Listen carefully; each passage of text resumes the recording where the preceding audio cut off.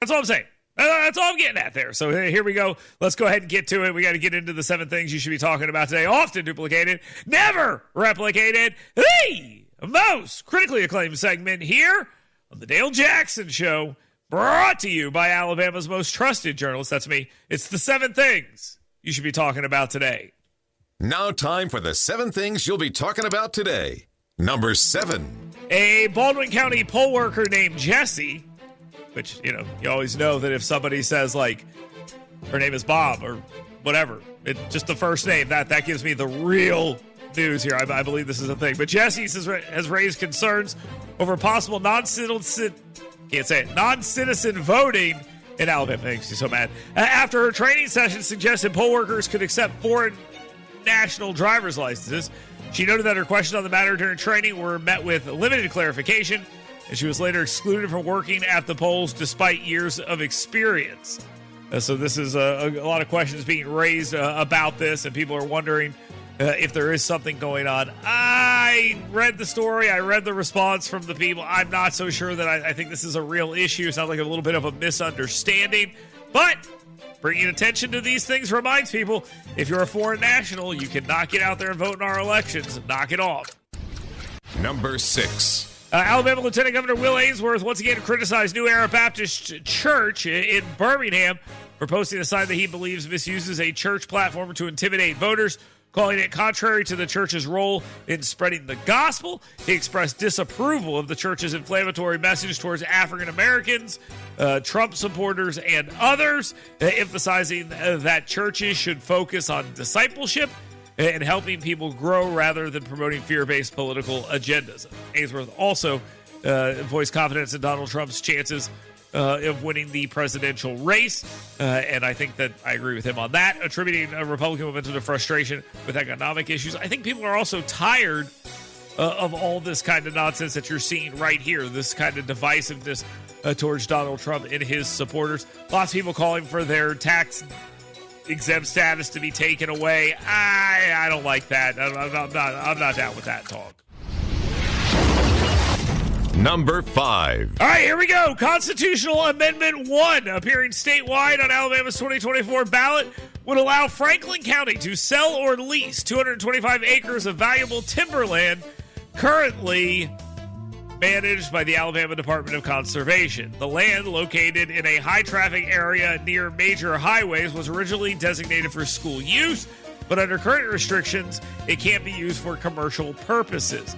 Amendment 1 sponsor, Representative Jamie Keel, hopes that voters will approve the measure to enable Franklin County schools to generate revenue for educational programs through the potential commercial developments like a truck stop. So they want to basically use this land as an economic development tool, and they can't do that right now, so we have to vote on it across the state. I'm torn on something like this. I say leave it blank. I say vote. I'm a yes on this. I'll vote yes on this amendment. I know that will upset a lot of people. Number 4. Belinda Strickland, the Democratic candidate for Russell County probate judge, has drawn scrutiny over her claims of a 20-year military career, with voters and veterans in the area questioning her credentials. Navy veteran Mike Foy, after noticing inconsistencies on Strickland's social media, asked her directly about her military background at an event, but found her responses vague and non-committal, including a refusal to show military ID. Additional reports reveal Strickland has a criminal history and multiple bankruptcy filings, raising further doubts about her claims and leading some in the community to question her transparency. Trust me, I've been in the military. There are a lot of people in the military with a lot of bankruptcies and things like this.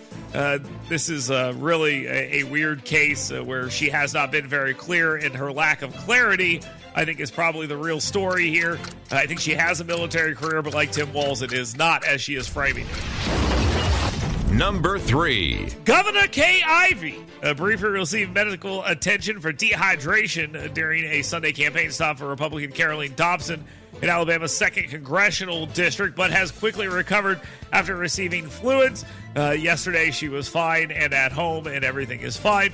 Ivey, who endorsed Dobson, later encouraged voters in the newly redrawn district to show support on Election Day, as she praised Dobson as a knowledgeable and committed candidate Ivey has actively promoted her campaign in recent ads and public statements. Now, the question about Kay Ivey's health has dogged Kay Ivey for as long as she has been a candidate. How much it actually matters to voters, there's a lot of questions about that. Questions to which Dale Jackson does not have the answers.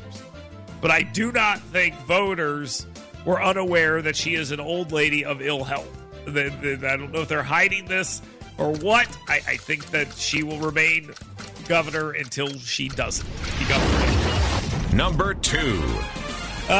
Signal pollster John Rogers, highlighted Alabama's 2nd congressional district as unexpectedly competitive, prompting national Democrats to invest heavily in Shamari Figure's campaign to boost rural African-American turnout.